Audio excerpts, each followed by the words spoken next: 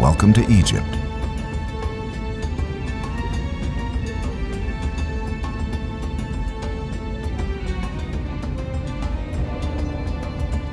From the air, Hurghada looks like a city carved out of the darkness.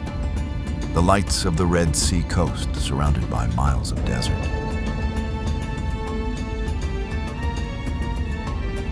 And this is where the journey begins. Between the Red Sea and Egypt's eastern desert.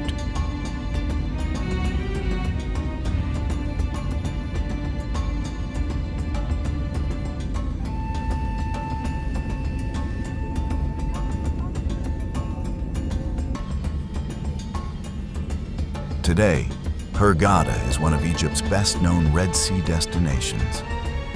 But its transformation from a small coastal settlement into a major tourism center happened largely during the second half of the 20th century.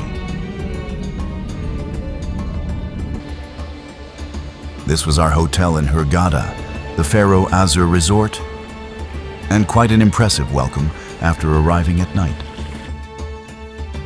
All of them.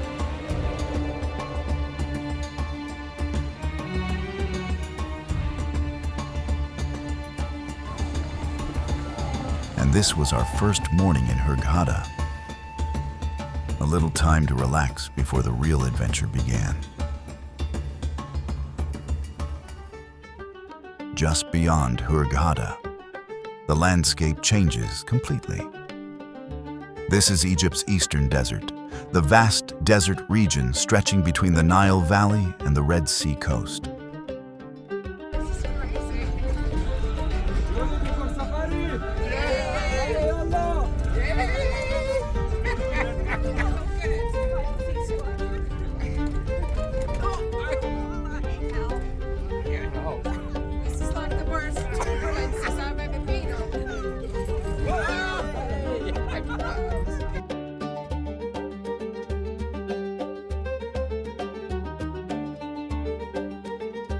For thousands of years, routes across the eastern desert connected the Nile Valley with ports and settlements along the Red Sea.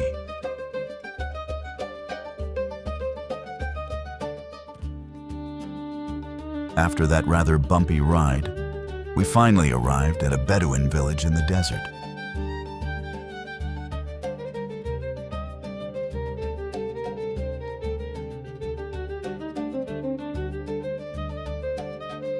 The Bedouins have lived across the deserts of North Africa and the Middle East for generations, traditionally adapting to a nomadic way of life. Here around Hurghada, tourism has changed desert life too. Regular contact with visitors means some locals pick up words and phrases in several different languages, sometimes simply through conversation. The Maza Bedouin community is an important part of the cultural heritage of the Hurghada region, with traditions including storytelling, music, crafts, and nomadic practices.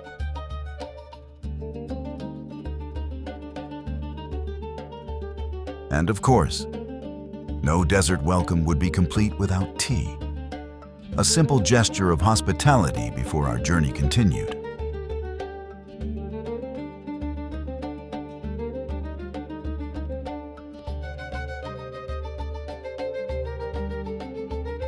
For the Bedouins, camels were much more than transportation. For centuries, they provided milk, meat, and materials for everyday life, while making long journeys across the desert possible. And despite the common myth, camels don't store water in their humps. They store fat, an energy reserve for when food is scarce. Bread has been at the heart of Egyptian food for thousands of years. In fact, the Egyptian Arabic word for bread, aish, is closely connected to the word for life.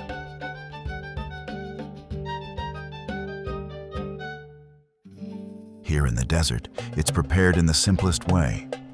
A thin dough, cooked quickly over the heat of the fire. And of course, we weren't allowed to just watch. Everyone had to try a piece.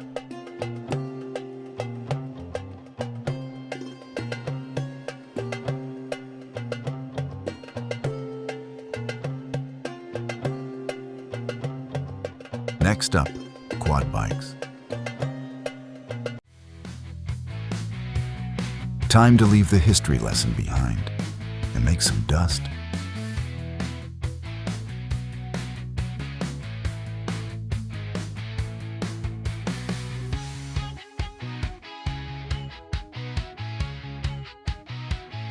And apparently, the quad bikes were only the warm-up.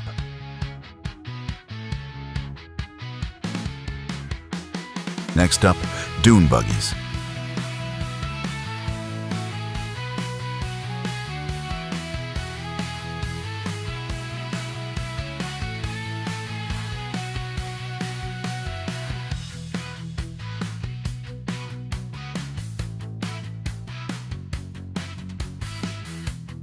Out here, there's almost nothing between us and the mountains of Egypt's eastern desert.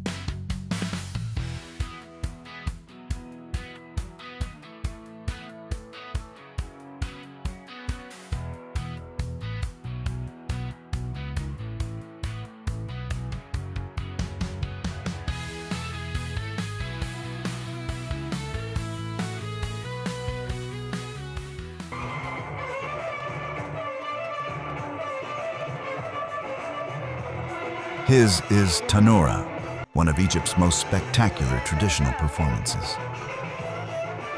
The dancer can spin continuously for several minutes, while the colorful layers of his costume create constantly changing patterns. The tradition is inspired by Sufi whirling, but in Egypt, it evolved into a vibrant form of entertainment.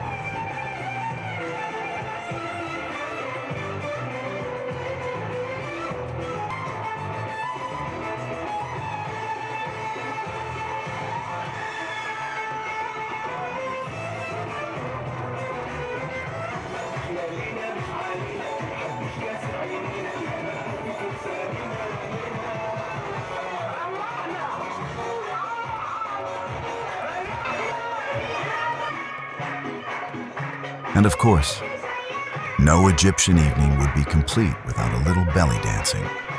Colorful, energetic, and definitely hard to ignore.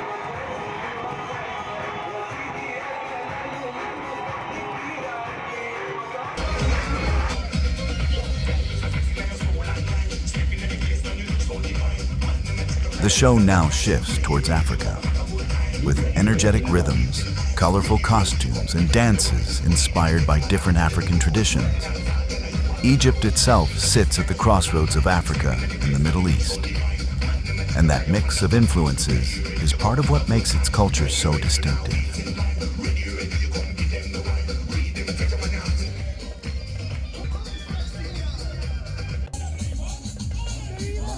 And apparently, tradition has just discovered the remix button.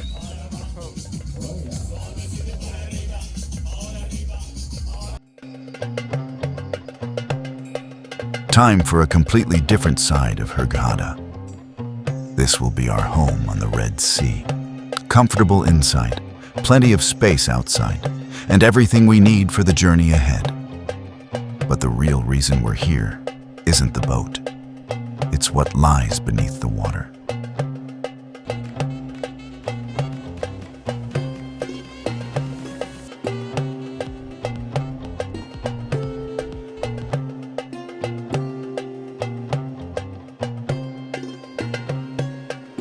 Before heading underwater, we had a short safety briefing and a few instructions on how to use the equipment. And now, the Red Sea from a completely different perspective.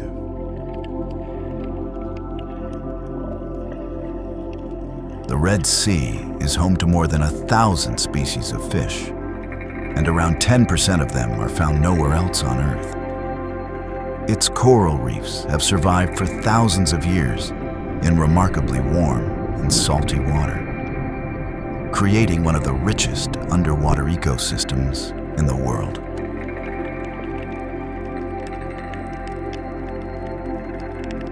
The Red Sea is home to more than 1,000 species of fish, and many of them can be found around these coral reefs.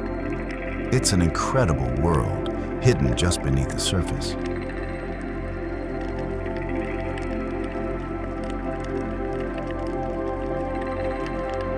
And the longer you stay underwater, the more details you begin to notice. Tiny fish, different shapes and colors, and an entire ecosystem moving around the reef. Down here, it feels like an entirely different world.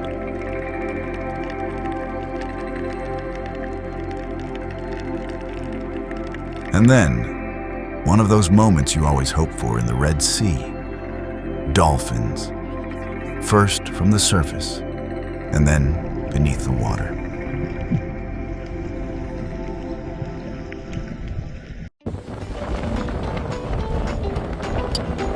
And just when you think the Red Sea can't get any better, you arrive here. Crystal clear water, white sand, and a little piece of paradise.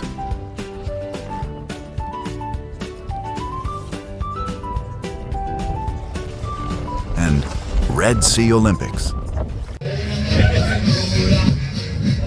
And this guy was brilliant. He didn't just make the drinks. He turned every order into a little show.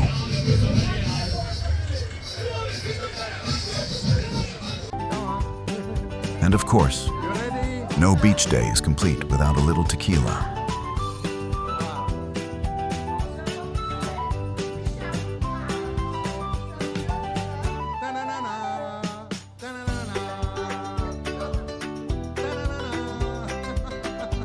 Cheers. On our next stop, Cairo, Egypt's incredible capital, glowing beneath us as we come into land.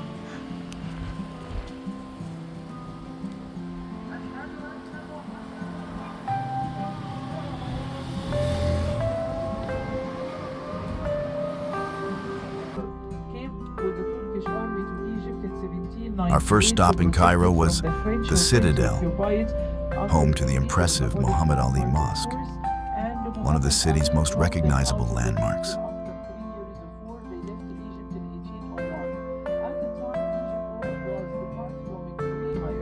And Muhammad Ali was planning to get the throne of Egypt, by the way, and that's why after he broke the fridge. From the Citadel, we continued through historic Cairo, surrounded by centuries of remarkable Islamic architecture.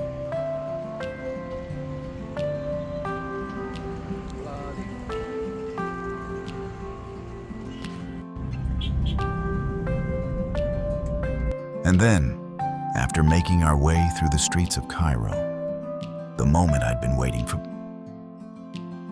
the incredible Pyramids of Giza.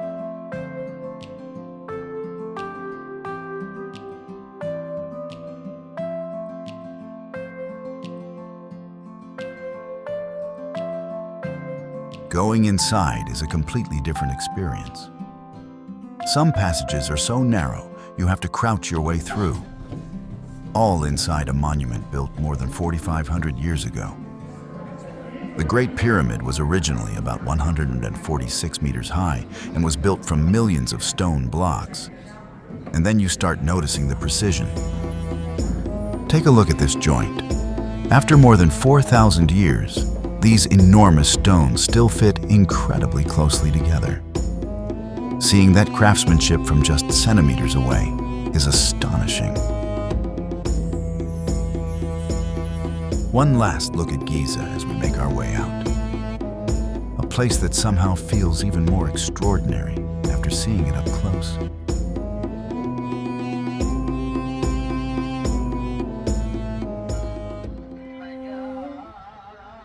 And from the ancient pyramids, straight to the Nile, the river that has shaped Egypt for thousands of years. Our captain had his own way of making the cruise memorable, Egyptian music included.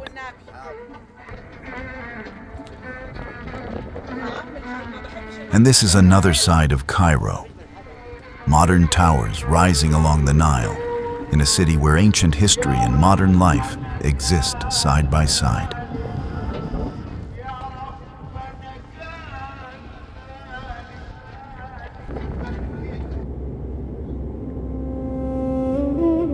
And with Cairo behind us, back to Hurghada.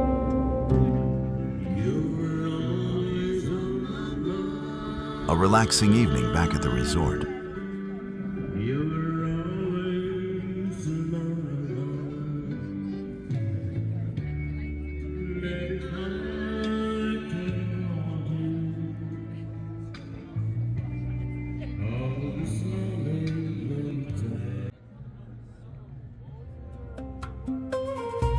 And around the resort, preparations for New Year's Eve were already well underway.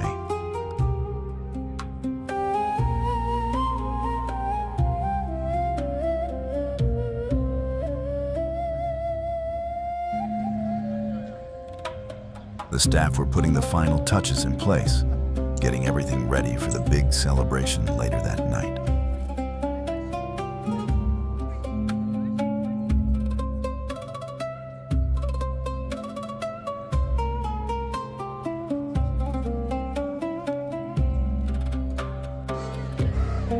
And by evening, the atmosphere had completely changed.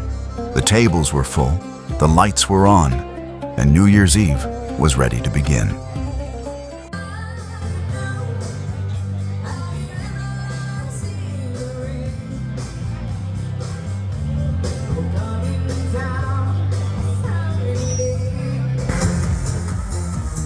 And as the night came alive, the music took over. A familiar classic. And suddenly, everyone was ready to dance.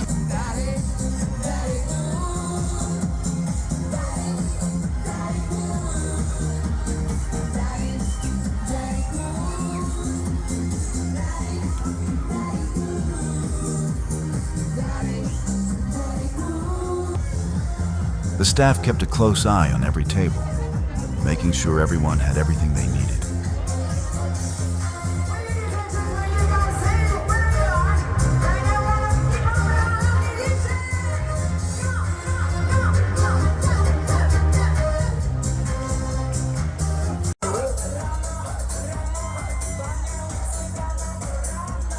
And the party kept going, well into the early hours of the morning.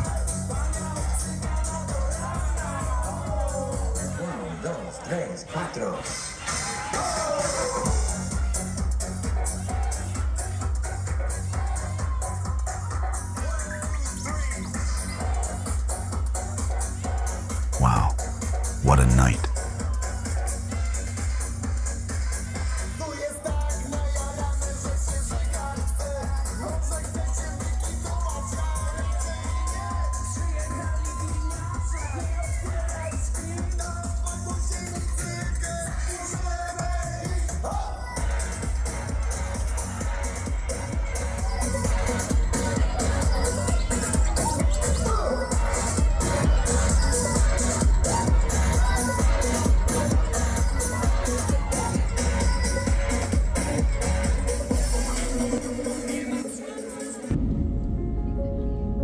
And so, it was time to leave Egypt behind, at least for now. From the Red Sea and its incredible underwater world, to the silence of the desert, from the streets of Cairo and the timeless Pyramids of Giza, to an unforgettable boat ride on the Nile. This journey gave me a little taste of just how much Egypt has to offer. And then there was New Year's Eve in Hurghada. Music, dancing, laughter, and the perfect way to celebrate the end of an unforgettable journey. I hope these moments have shown you why this is a country worth experiencing for yourself. Because Egypt is so much more than a destination. It's history, adventure, color, energy, and moments you simply don't forget.